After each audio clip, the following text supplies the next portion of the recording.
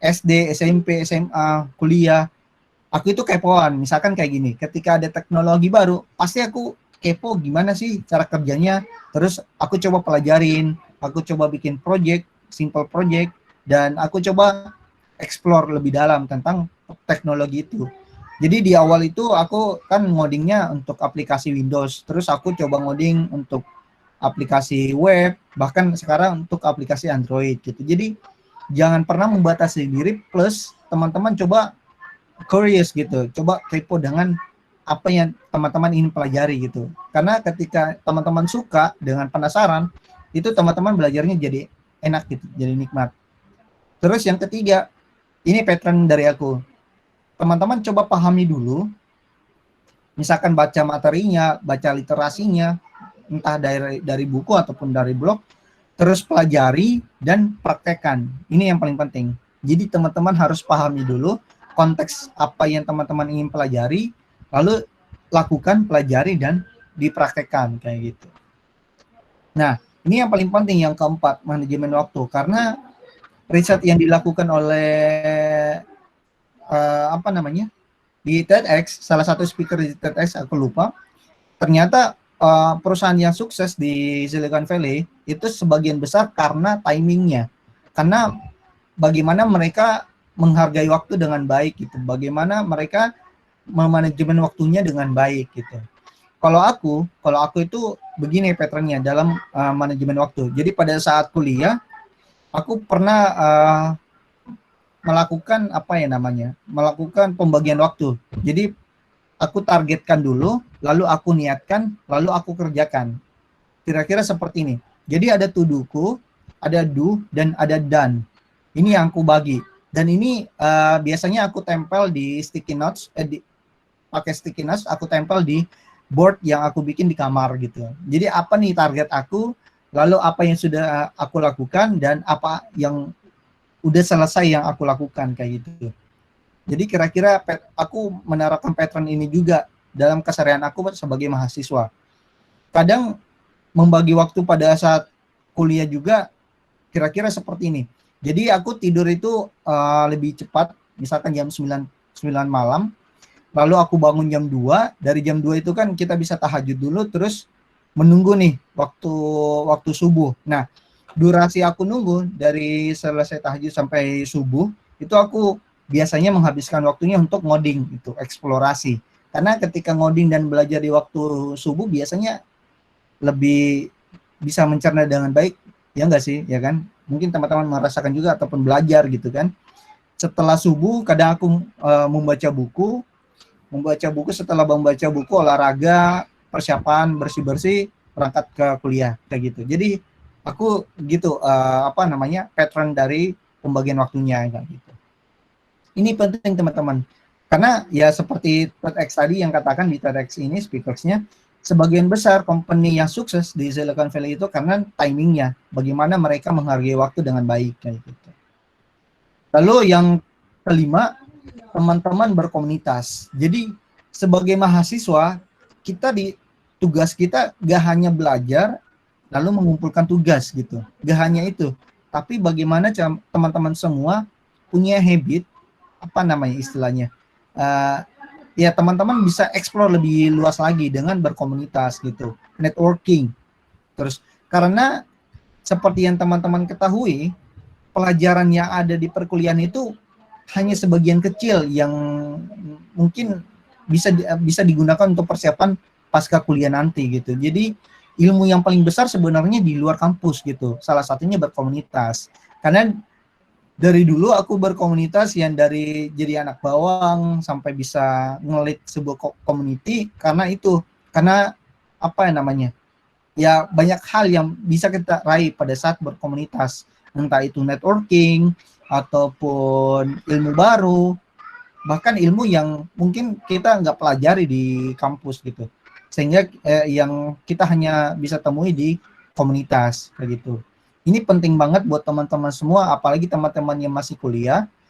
Berkomunitas ini sangat penting karena ya ilmu yang teman-teman dapatkan di perkuliahan itu hanya sebagian kecil yang bisa dipakai untuk pasca kuliah nanti pada saat persiapan bekerja gitu.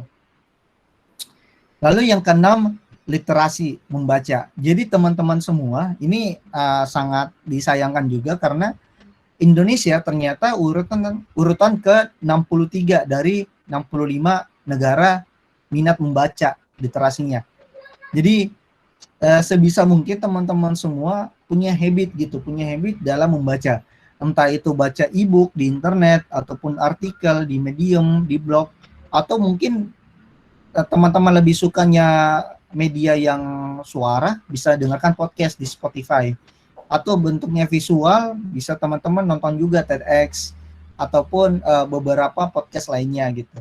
Jadi teman-teman coba menumbuhkan habit baru gitu. Menumbuhkan bukan habit baru sebenarnya, lebih ke bagaimana teman-teman menanamkan habit nih untuk membaca gitu. Minat literasinya dikuatkan lagi karena minat membaca ini sangat penting buat teman-teman semua karena misalkan di dunia pemrograman, di dunia teknologi, ketika kita jarang membaca buku, jarang membaca dokumentasi, kita akan kesulitan ketika menemui sebuah salah gitu.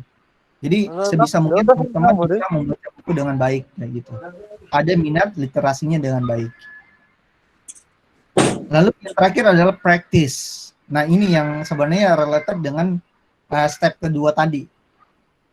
Jadi practice ini sangat penting buat teman-teman semua, apalagi yang masih kuliah saat ini. Karena ketika teman-teman hanya mengandalkan tugas kuliah, itu ya sebenarnya tidak bisa kita nggak bisa berharap lebih gitu, dengan kompleksitas yang diberikan di tugas kampus.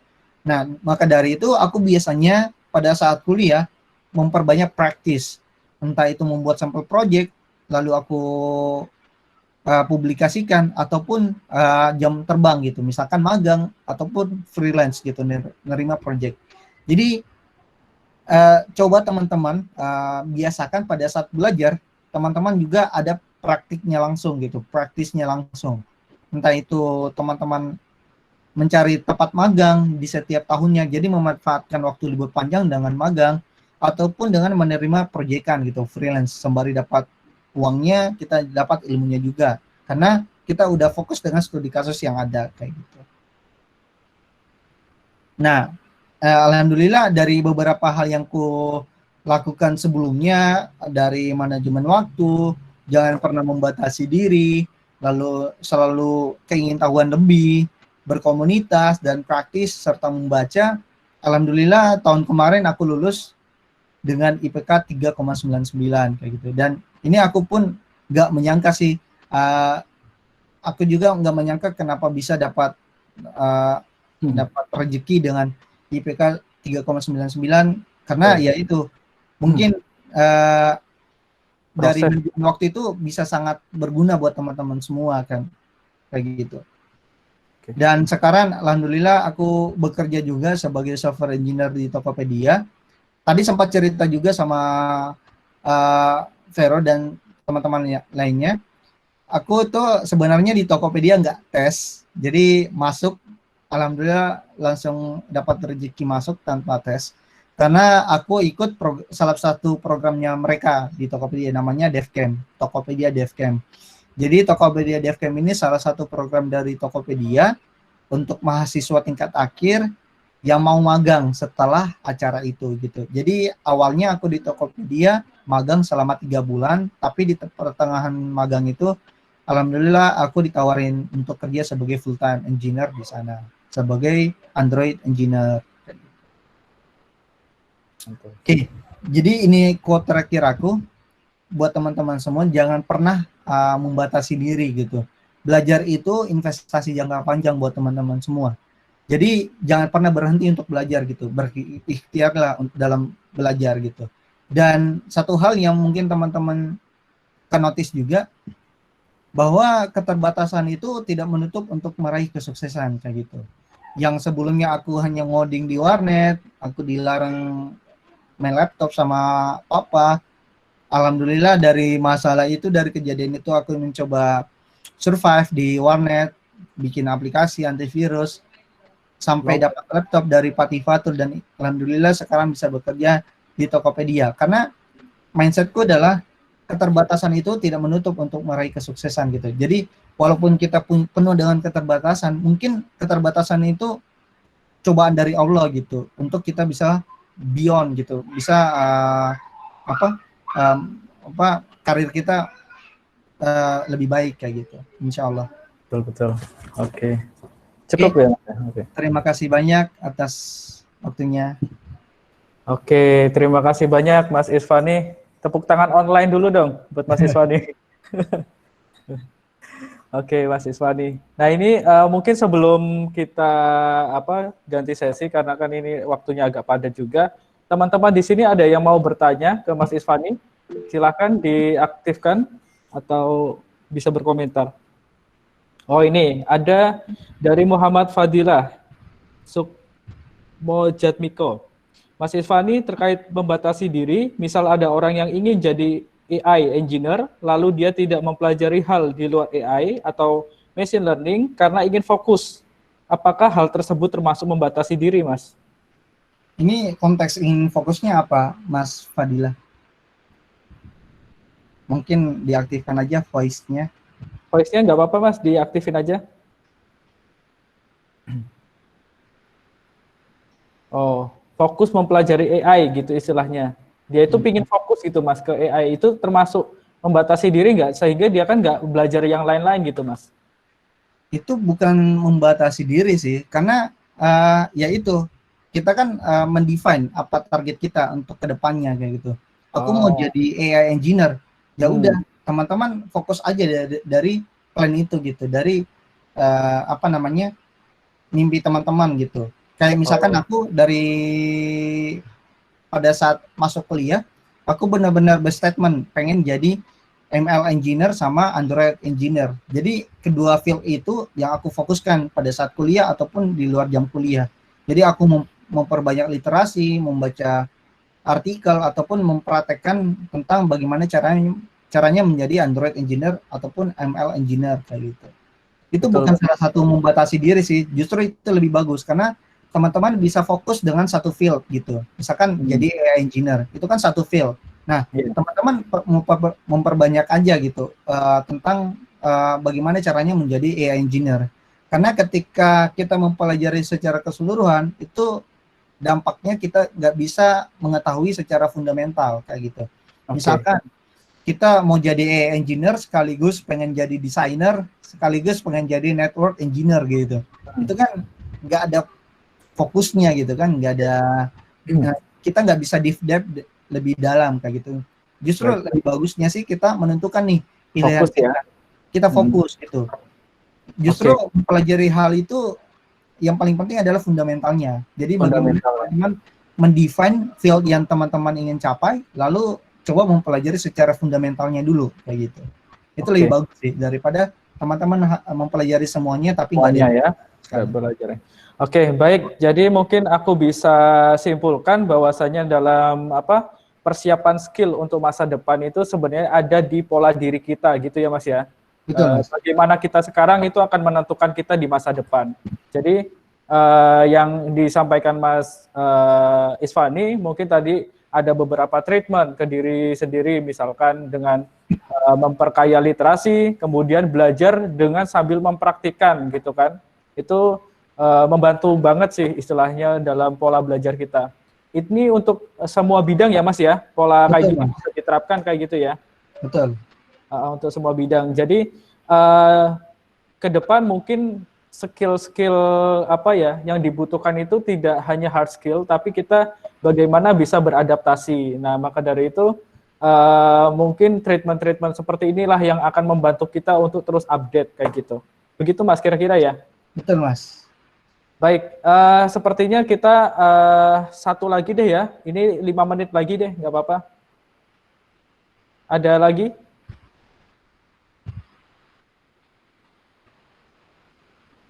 Oke, ingin bertanya, saya termasuk orang yang suka belajar banyak hal, yang juga di luar jurusan yang saya ambil. Apakah lebih baik memprioritaskan belajar ilmu yang linier dengan jurusan, apa embas saja semua yang menarik minat kita?